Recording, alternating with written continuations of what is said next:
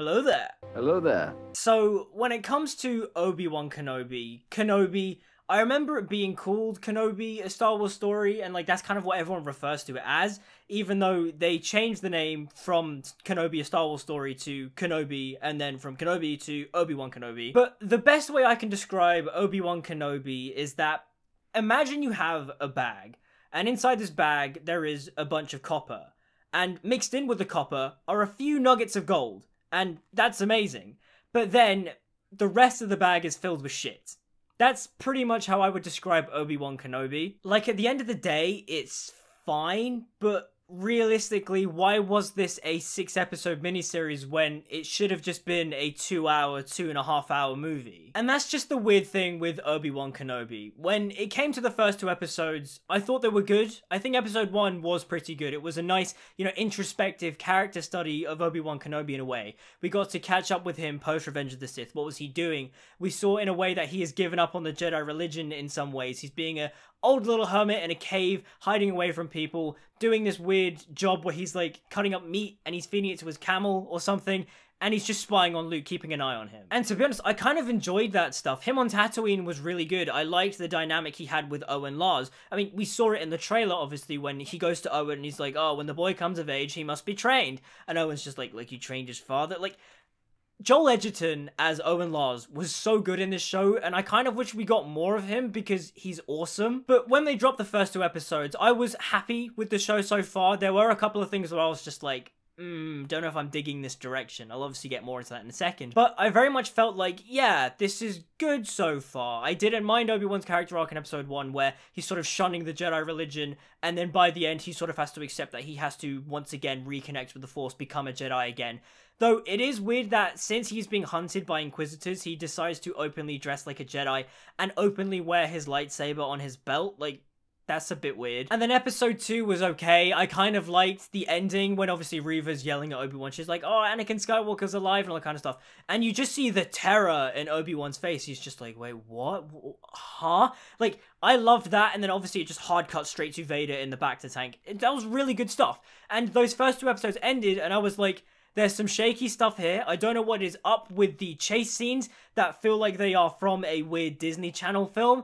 I mean, those were horribly short. I don't know how they got through editing. The chases, with Leia in the forest and when Reva is chasing Obi-Wan and Leia across the rooftops and all that. I don't know how, Deborah Chow is sitting in the editing bay with the editors and just goes, yeah, this looks good. This looks acceptable. We will put this on our Disney Plus. No, that is the first thing I would cut. They looked awful. But by the end of those first 2 episodes of Obi-Wan Kenobi, I was enjoying the show, but I had problems with it, and a lot of it did stem from Reva, because I didn't think Moses Ingram fit the character at all, and I will get onto Reva a little bit later on, but just, at the time, I was optimistic. And then we get to episode 3, and episode 3 is such a weird mixed bag, because on the one hand, there are a lot of good moments in it. The fight between Obi-Wan and Vader, I don't think the fight is well done at all. In fact, I think the shaky cam is horrible and the choreography is awful. Why is Obi-Wan just stumbling backwards and just flailing around? It's weird. Even for someone that isn't tapped with the Force, it was just a horribly choreographed fight scene. But then the episode also has the scene with Darth Vader where, the people in the village are hiding inside their homes. And Vader's just force pulling people out of the homes like he's snapping a kid's neck. That was incredible. I was like, oh my god, this is awesome. Yes, give me more of this. I liked the dialogue / confrontation between Obi-Wan and Vader, where Vader is all just I am what you made me. It's so good. And I liked the idea of Vader, dragging Obi-Wan through the fire, trying to make him feel the pain that he felt. I thought that was really good. But then the direction and the way it's just filmed is so awkward. Vader's, just dragging Obi-Wan in the fire. And, it's funny because his hair doesn't catch fire. I mean, his hair should probably have caught fire because he was, submerged in that fire. But it's just weird because Vader's just standing there watching this, and then Tala comes in, saves Obi-Wan, and instead of Vader, force pulling them back or, reigniting the fire or stuff like that, he just lets Obi-Wan go. And whilst at the time I thought, oh, this is a narrative thing, he did it on purpose because he wanted to fight Obi-Wan Kenobi at his full strength, it just played really awkwardly in the moment. It's why would you do that? Like, edit it and shoot it in a way that makes it feel more action-packed and faster rather than awkward and sluggish and slow. It kind of baffles me that Deborah Chow directed this episode, because I remember her episodes in The Mandalorian Season 1 being pretty good, but here her direction is very amateurish, and in a lot of ways you hear the complaints that Obi-Wan Kenobi felt like a fan film, and yeah, it kind of did. It felt really cheap and low budget. But not to mention, there was just some awkward and stilted direction and blocking. Like, it's just weird. And the thing that I found funny was that episode 4 was the episode where you could feel people on the internet sort of turning against the show, where I actually thought episode 4 was fine. Like, it was a filler episode, and I don't know why Obi-Wan Kenobi had to go and rescue Leia, you know, for a second time. But I kind of just enjoyed seeing Obi-Wan sneaking around Fortress Inquisitorius. I just thought it was really cool. The scene where he turns out the lights and kills those 2 stormtroopers with his lightsaber,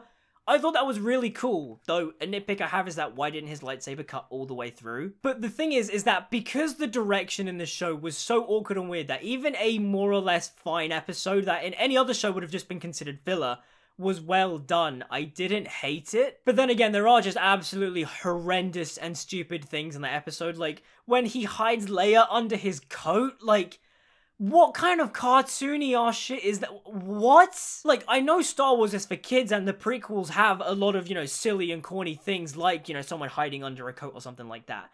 But people didn't like that.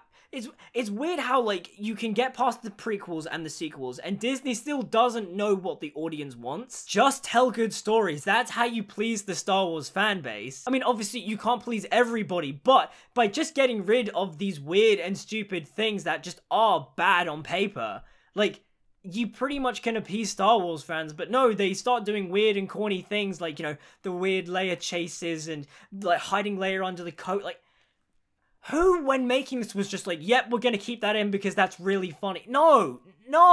But then you get to episode 5, and episode 5 to me was the turning point of Kenobi, just because, I mean, yes, they finally did it. They finally brought Hayden Christensen back as Anakin Skywalker. The flashback of him and Obi-Wan sparring was just so beautiful. I cried. He appeared on screen. I started crying. I just want to record this for the record. I have tears in my eyes. What? Like, I don't know why. I just have this weird spiritual connection to Anakin Skywalker, Hayden Christensen. Because, I mean, even as a kid, when I hadn't watched Star Wars, 2005, picture the scene, Revenge of the Sith is coming out. I'm seeing posters of Anakin Skywalker. I'm seeing his lightsaber toy on sale. I buy the lightsaber toy. Anakin Skywalker, even before I had seen Star Wars, was my favorite Star Wars character because he just looked cool. And then obviously, as I got into Star Wars in my teen years, I just grew to love Hayden Christensen as Anakin Skywalker. And the whole time, throughout my teen years, once Disney had brought Lucasfilm, they were like, yep, we're doing more Star Wars content.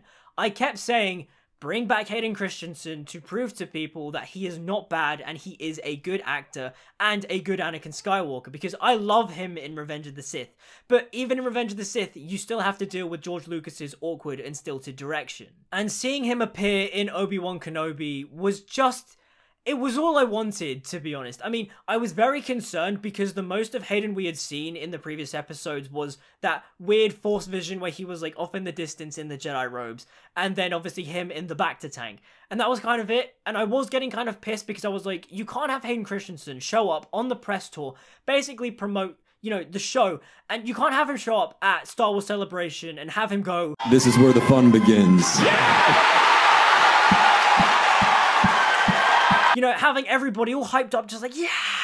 Like, I mean, I got hyped up. That is one of my favorite clips in recent memory. It's so good. But just seeing him show up just made me incredibly happy. Even though they didn't de-age him to look like how he did in Attack of the Clones. They obviously just, you know, shot 40-year-old Hayden Christensen dressed as Attack of the Clones Anakin Skywalker.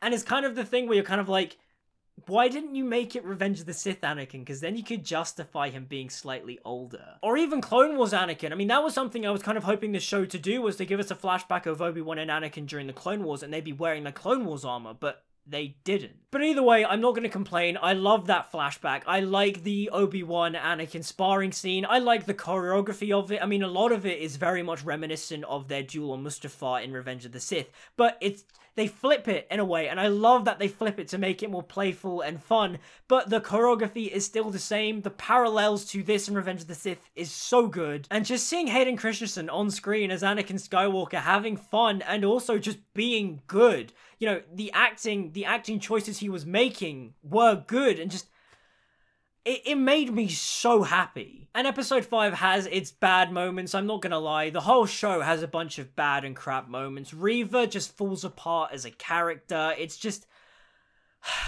Though I will say, the fight between Reva and Vader is pretty cool, and I love that it, you know, parallels the flashback scenes, because in the flashback scenes, the lesson that Obi-Wan teaches Anakin is that, you know, you can't use the Force for attack, always for defense. You can't let your anger and your need for victory overcome your sense of duty as a Jedi. And the fight between Reva, what does Vader do? He force blocks Reva's lightsaber blade. He turns around. He doesn't even take out his own lightsaber. He takes her lightsaber, breaks it in two. He gives her one of the blades, and they just fight. And Vader's just not even doing anything. He's just dodging and weaving, and it's amazing. I love that. I mean, it's absolutely ridiculous and stupid that Reva doesn't die in that episode. Like, it's just... what were they thinking? Why would you bring Reva back and have her go to Tatooine to try and kill Luke Skywalker? Just like... oh. And now that I'm onto it, the last episode of Obi-Wan Kenobi is probably the best episode, just because it's kind of what the show should have been in the first place. It finally starts to focus around Obi-Wan Kenobi. He finally confronts Anakin, Darth Vader, and they have a really cool fight. I mean, it's no Obi-Wan versus Anakin in Mustafar in episode 3. It's not like that at all. But it's still a pretty good fight. I enjoyed it. Some of the choreography is a little bit sluggish and slow, but I mean, you can kind of, I wouldn't say excuse it, but you can kind of justify it because obviously Vader has robotic mechanical legs. He can't do all the spins and flips that he was doing in Revenge of the Sith, so the fight has to be slower. But there are a couple of moments where I'm just like, that's a pointless spin, that's a pointless, you know, twirl, why did that happen? But I mean, overall, I didn't care, I was enjoying it. I thought the fight between Obi-Wan and Vader was just so good. Though, it's weird, the ending to the fight just has me so confused because, like, why didn't Obi-Wan kill Vader at the end? I mean, obviously he can't kill Vader because they meet again in A New Hope, but it's like, why did they leave it in such a way where Obi-Wan could have killed Vader, but he didn't? Because in the moment, I really liked the scene, and I kind of was just like, oh yeah, he's not gonna let Vader die because he has to let him live. But thinking about it, I sort of feel like the writers intended it to be a moment of where he's seeing Anakin Skywalker wheezing and, you know, breathing really heavily. He's seeing the scar through the cracked helmet. And Obi-Wan just can't bring himself to kill Vader because of pity. He pities him, and he can't do that to his brother. That's how I read the scene, and that's kind of a way I can enjoy the scene because I really like that interpretation. I mean, Ewan McGregor is selling the shit out of that in the scene. When he starts tearing up and he's choking up on his words and he's all just like, I'm sorry, Anakin, for everything. I felt it. I was like, oh my god, this is what I wanted. This is what the show should have been. I'm sorry, Anakin. For all of it. And then also just Hayden Christensen just chews up the scenery in the scene, man. I mean, my boy just proved himself. I loved it. I am not your failure, Obi-Wan. When he's all just like, you didn't kill Anakin Skywalker, I did. And you just see that facial acting from Revenge of the Sith coming onto his face in this scene. And he's just smiling. It's so good. You didn't kill Anakin Skywalker. I did. Oh, Hayden Christensen's delivery of when he's just like, Obi-Wan! Obi-Wan! Like, I loved it, and I love how it parallels Darth Maul in Clone Wars or Rebels, where he's all just like, Kenobi! Kenobi! Kenobi! But again, the way the scene plays and the way it reads, it almost feels like Anakin is absolving Obi-Wan of his guilt, which... that's not what I feel like the writers were intending. What I feel like they were intending was that this was meant to be Anakin twisting the knife, being like, oh yeah, you didn't kill Anakin Skywalker. I did because I am now Darth Vader. Your friend is dead.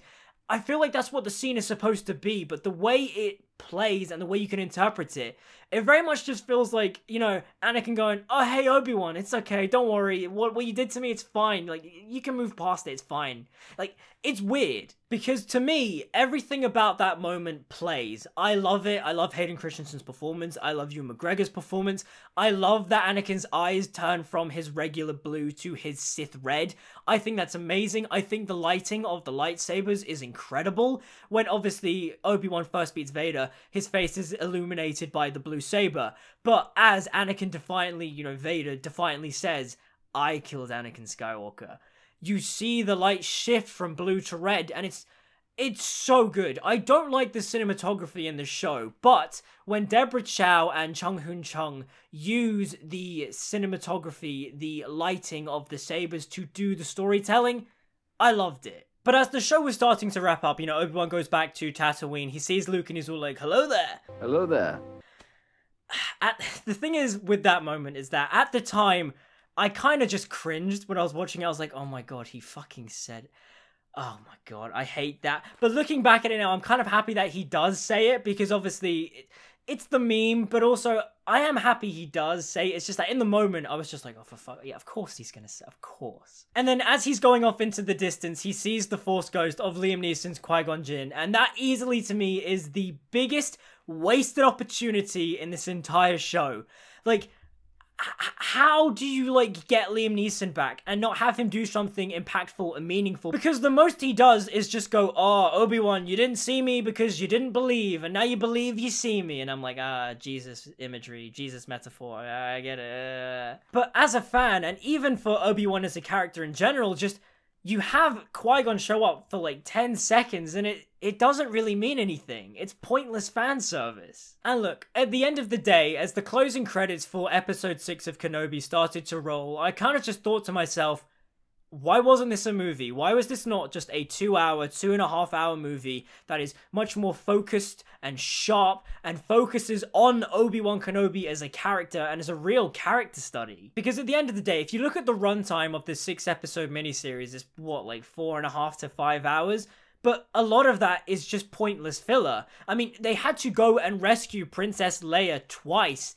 Why? It didn't do anything to the story. Like, that just really annoyed me, you know? The whole time Ewan McGregor was promoting this, he was all just like, oh yeah, we really wanted to, you know, make the best possible thing for the fans. We really wanted to, you know, nail down these scripts because Kathleen Kennedy wasn't happy with the original batch of scripts, and so we had to refine it and make it perfect. But by the time you get to the finished product, you look at it and you go, this show doesn't focus on Obi-Wan Kenobi. No one is here for Reva or even little Leia. We're here for Obi-Wan, and it barely focuses on Obi-Wan. Because, like, I'm not gonna lie, whilst I enjoyed the young actress that played Leia and her dynamic and relationship with Obi-Wan Kenobi, I just feel like the character of Princess Leia just outstayed her welcome. She should have been gone by the end of episode 4, but no, she keeps getting captured and recaptured, and it's like, Obi-Wan, take her back to Alderaan and go and face Vader alone. Like, why are we wasting time on Obi-Wan having to keep saving and resaving Leia? Now, getting onto the character of Reva.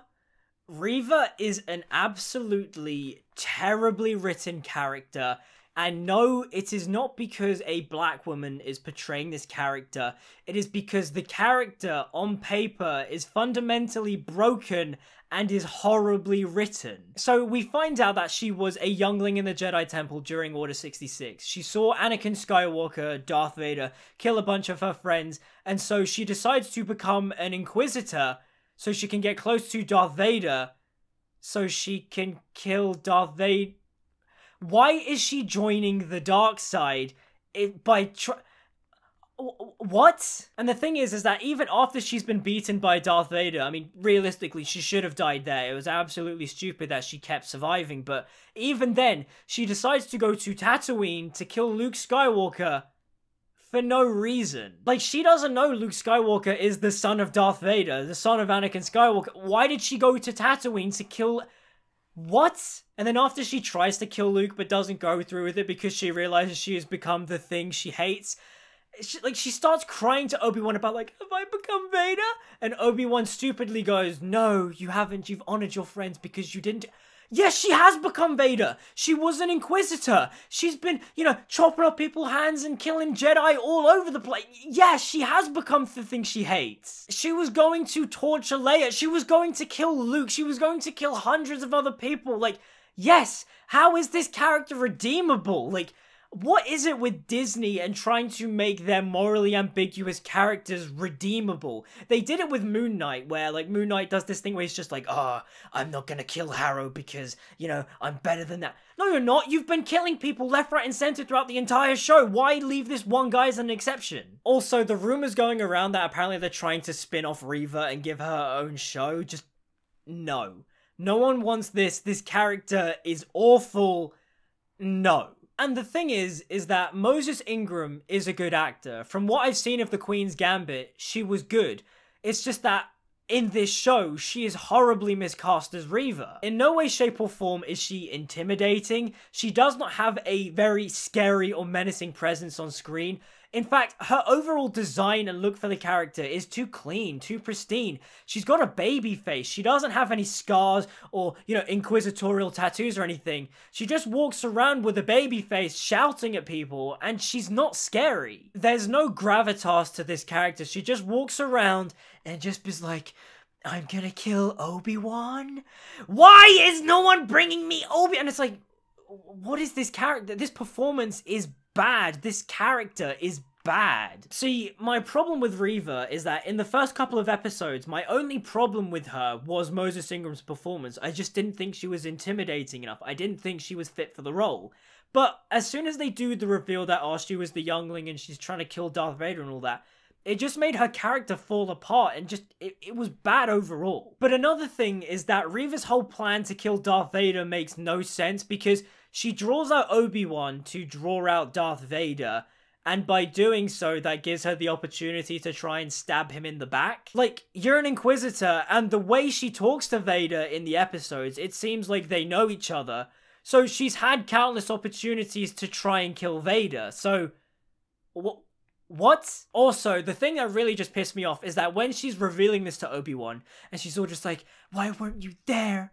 Why weren't you there where all my friends were killed? It's like, lady, he was off trying to end the Clone Wars, and not to mention, this was during Order 66, so he was getting attacked by clone troopers. Like, what are you talking about? Have you seen Star Wars? And look, one of the things that I didn't really like was how you can't criticize Moses Ingram's performance as Reva, because if you do, you're going to be considered racist. Because, I mean, I think that's just really stupid. Like, no, the character is just horribly written. I'm not saying that there aren't bigoted people online sending racist threats and death threats to Moses Ingram, but the fact that they had to sort of label people that didn't like Reva as racist and bigoted was just really disingenuous to me. Like, I don't like Reva because the character is not well written. I don't like the fact that they're trying to use race to deflect poor writing because that's just disingenuous and really unfair. Now let's get on to something a little bit more positive, and that is the portrayal of Darth Vader in this show, because to me, Vader was one of the things that was the most consistent in this show, because whenever he appeared on screen, he just had a presence. I mean,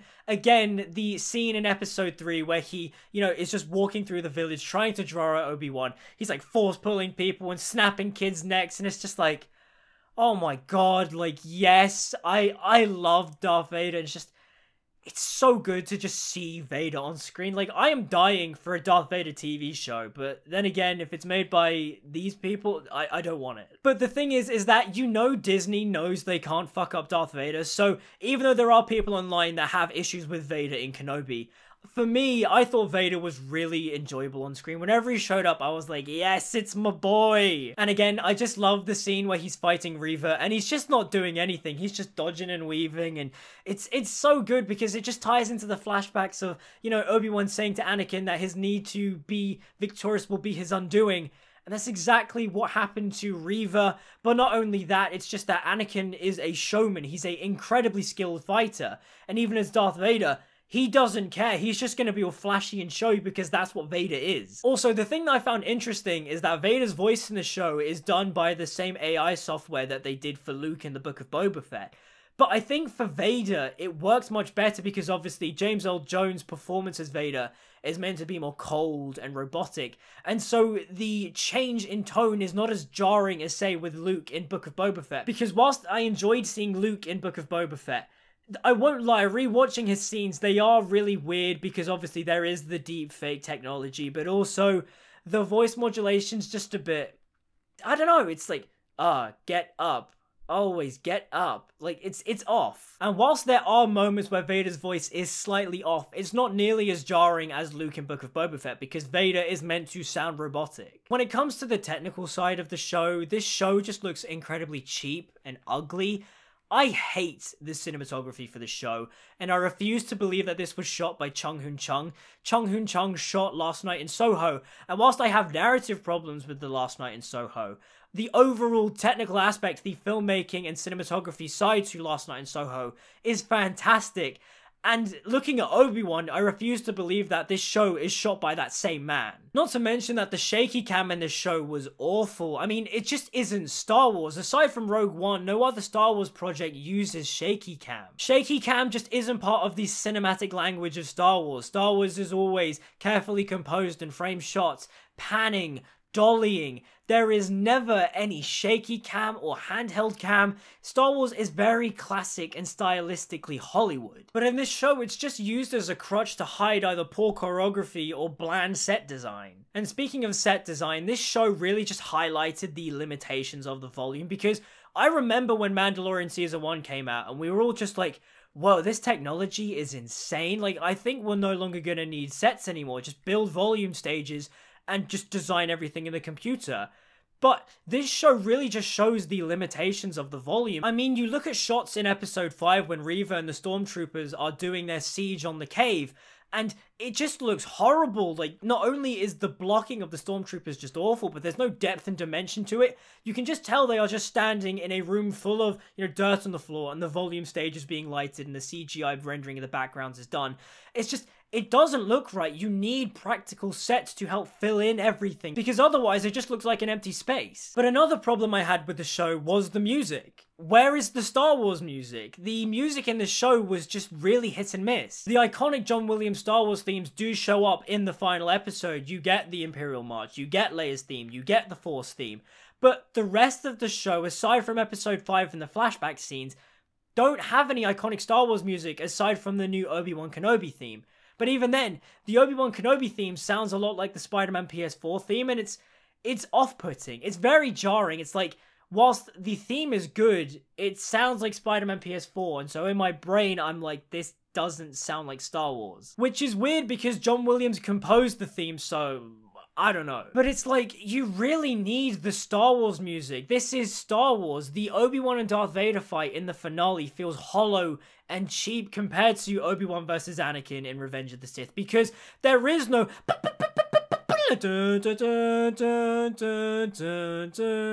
like, the themes in Star Wars are so integral to the identity of Star Wars because, like George Lucas says, it's like poetry, it rhymes. There is a reason why George Lucas and John Williams and all the other Star Wars directors reuse the themes, because we as an audience have personal connection to them. These themes have meaning, and so when they show up, you get the intended feeling the story is trying to give you. Like, the sort of choir vocals that happen in the Darth Vader Obi-Wan fight in the finale is fine, but it just doesn't hold a candle to if they started playing Duel of the Fates or Battle of Heroes, because just the music felt hollow, and there's already iconic themes made for Obi-Wan and Darth Vader fighting, and it's Battle of the Heroes.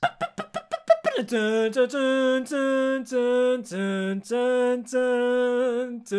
the only exception to this rule is in the sparring scene flashback between Obi-Wan and Anakin. When Anakin is looking at the tower, which is meant to be Padme's apartment, you can hear hints of Across the Stars in the music. It's all like da, da, da, da, da, da, da. I'm like, oh, okay. And then obviously when Anakin is beating Obi-Wan, you can hear the Force theme play. It's all like dun dun dun dun dun dun. And you're like, okay, I'm feeling something now. This is good. And even in the last scene between Obi-Wan and Leia, when Obi-Wan is talking to her about her parents, how she has the strength and ferocity of Anakin, but also the gentle and kindness, but also the bravery of Padme. And you hear Leia's theme playing in the background. It just gives that moment that well-needed oomph and punch. Like, yeah, that's Star Wars. And look, the thing is, I can't blame the cast for this show, apart from Moses Ingram, but even then, Moses Ingram's Reva just doesn't have the, substance to really make this character interesting and compelling. But also, I blame the casting director for casting Moses Ingram, because Moses Ingram just doesn't fit the character of Reva. If she's supposed to be big and intimidating and a threatening presence, Moses Ingram is not that. But I mean, Ewan McGregor just kills it as Obi-Wan as always. Hayden Christensen was just fantastic. I loved seeing him again. And I really hope he does show up in Ahsoka. Like, he's rumored to be in it, and he did deny the rumors, but like, he'll probably be in it, which then gives me an excuse to actually, sit down and watch the Clone Wars. I also love seeing Joel Edgerton return as Owen Lars. Like, again, he's just awesome in this show, and I kind of wanted more Owen. I also really liked Indira Varma's character, Tala. I mean, Indira Varma's just a great actor, and I love it whenever she shows up in something, but I really liked that she was an Imperial officer who didn't truly understand and believe what the Empire believed in, and so she started to join the rebellion, or at least the hints of the rebellion. And the thing is that I kind of wish she didn't die, because I liked her, but the thing that I found funny was that her death scene reminded me a lot of Haldir's death scene in Two Towers. In the Battle of Helm's Deep when they're losing and then Haldir starts getting sliced down and Aragorn's all just like, Haldir! And like the sad choir music's playing. Like, that's kind of the vibe I got when Tala died. Though I will say there are a couple of characters that I could have done without. I do think Haja, played by Kumail Nanjiani, Kumail Nanjiani is an actor I just have such a weird relationship with, because there are times where I do think he's really funny and I like seeing him in things. But then there are other times where he just doesn't fit the project he's being in, and he's just there to be the comic relief because people know him to be a funny guy. Like, seeing him in this show, there are moments where I'm like, I like him, but there are times where I'm like, I don't like him either because he just doesn't fit the tone of Star Wars. Also, O'Shea Jackson Jr.'s character, Roken, I think that's his name. Oh god, that was funny to me. So, obviously, during the time when Lucasfilm released the statement of Moses Ingram is getting racist death threats and attacks and all that kind of stuff, and obviously condemn all that, absolutely despicable, people are just absolutely stupid and bigoted. But like, when O'Shea Jackson Jr. jumped to her defense, he was all just like, oh yeah, you just wait till you see my character. And I'm like, mate, your character is just as poorly written as hers. You can't have your character, go to Obi-Wan and Obi-Wan's just like, help me rescue Leia, and he's just like, no, I won't do it. And then in the span of 20 seconds have him go, do you know what? I'm here for you. Whatever you've got. What? Like, O'Shea Jackson Jr.'s performance is good, and he's also a good actor. I mean, straight out Compton, he's amazing in that, but it's just like, who wrote this? Like, what? And I think just to wrap things up, because I feel like I'm just going to keep going in endless circles, kind of like the Star Wars saga as a whole, but just when it came to Obi-Wan Kenobi, the show is pretty much a massive disappointment because it's just wasted potential in a way. Not only is this 6-episode miniseries not justified to be 6 episodes long, but instead should be a 2-hour, 2.5-hour movie, it also just feels incredibly cheap and not pretty much the thing that we wanted as fans. We were here for Obi-Wan Kenobi, we were here for Ewan McGregor, and the show just vastly underutilizes him. Not to mention the fact that this was your opportunity to do multiple flashbacks of Obi-Wan and Anakin during the prequel era, during the Clone Wars, establishing their brotherhood, their friendship, and whilst we get the flashback in episode 5, which I love, I wanted more. For years, I've been fantasizing of scenarios of, one day there'll be a Star Wars project where we'll get flashbacks to Obi-Wan and Anakin in the Clone Wars, and they'd be wearing the Clone Wars armor in live action. And this is just a random scene I thought of years and years ago, where it's like, you have the two of them trapped in a bunker or something, and they're just trying to find the strength to, carry on for one final push, and they're talking to each other, and there's good fun banter between the two of them, but also an idea of Anakin being like, oh, if I get out of this, I can't wait, to live life and explore the galaxy or something like that. Just have something that connects and bonds the two of them together, so that when Obi-Wan goes, you are my brother, Anakin, in Revenge of the Sith, it hits even harder than it already does. And I think the thing that just upsets me the most is that they had time to perfect this. They literally delayed this for so long because they said they wanted to get the writing up to spec. They wanted everything to feel genuine and authentic. They wanted to nail down the story and the character arcs. And then you see the final product and you're just like, what were you doing? Like, what happened here? There are a couple of genuinely talented writers attached to this show. You know, you've got the guy that wrote Drive, and you've also got Andrew Stanton, one of the head people at Pixar. And the episodes that Andrew Stanton were involved in were the best episodes, episodes 5 and 6. And I have a sneaking suspicion that the sparring scene between Obi-Wan and Anakin and the idea of that being interspliced throughout the episode came from him. And the same thing goes for the conversation between Darth Vader and Obi-Wan Kenobi in episode 6. Like, every time Andrew Stanton's name appeared as a writer in the credits, I was like, okay, this is good. I have a feeling that everything that I'm enjoying and liking is because of him. And that's obviously not to diminish the work of the other writers and Deborah Chow, who obviously helmed the whole project. It's just that something about this whole thing just felt amateurish. Like, Deborah Chow just wasn't up to the task. Which is just weird because her episodes of The Mandalorian are really good. It pretty much is just the same trap of Disney and Star Wars and them just not fulfilling on the promises they're making. And it's just, Star Wars is such a rich IP and universe, and Disney and Lucasfilm just aren't exploring it properly. They're either rehashing the same old thing, or they're just cheapening out on things that people want to be expensive and look and feel good, but also has good writing. Like, I'm just trying to imagine if this was a film and they actually spent the time and effort to make this perfect. You got somebody like a Greg Fraser to shoot Obi-Wan Kenobi. It would look gorgeous, and like, you got like a better director than Deborah Chow, because I'm sorry, just, I didn't like her direction in the show. It was very inconsistent. But again, I don't know who to blame for that. I don't know if this was just Deborah Chow's bad day at the office, or if there was some weird Disney studio interference. I don't know, because on paper, this should have been a slam dunk. People were excited. Hayden Christensen, Ewan McGregor's back. You got talented writers, but it just didn't work. And whilst the show gives me those nuggets, those golden nuggets where I'm like, yes, I will rewatch these scenes over and over again. I mean, I already have rewatched the Obi-Wan and Anakin sparring match over and over again. Same thing with the Vader and Obi-Wan duel. I just constantly watch it because those scenes are incredible. But it's just, this could have been so much more. Because whilst the show does give me these golden nuggets, these golden moments, the rest of it's just pretty disappointing. And so, to wrap things up, those are my thoughts on Obi-Wan Kenobi. Overall, I enjoyed it. It's fine. But it could have just been so much more, and just, yeah, I will definitely label it as disappointing. But what did you guys think of Obi-Wan Kenobi? Let me know in the comments down below. Hope you guys enjoy the Anakin Skywalker cosplay. I'll probably do a video in the future breaking this thing down, just because I still need to make the trousers and the belt, but also I need to completely redo this tunic because the sizing is all off. Like, it's really tight around this arm, and it's like really uncomfortable to wear, so I've ordered more fabric and I'm gonna redo it and all that kind of stuff. But yeah, I hope you guys appreciate the cosplay. I hope you like it. I hope it added some, you know, a new element to the review. Though, here's some inside baseball here. I actually had to keep changing the scar. You've probably noticed that it keeps changing throughout the video, and that's purely because every time I was like sweating under the lights, I'd like wipe away the sweat and I'd forget I was wearing the scar, and I was like, oh crap. And so I had to keep reapplying it. Shit. But anyways, I hope you guys enjoyed the review. Like, subscribe, follow me on social media, all that good stuff. Until we meet again, I'll see you guys next time.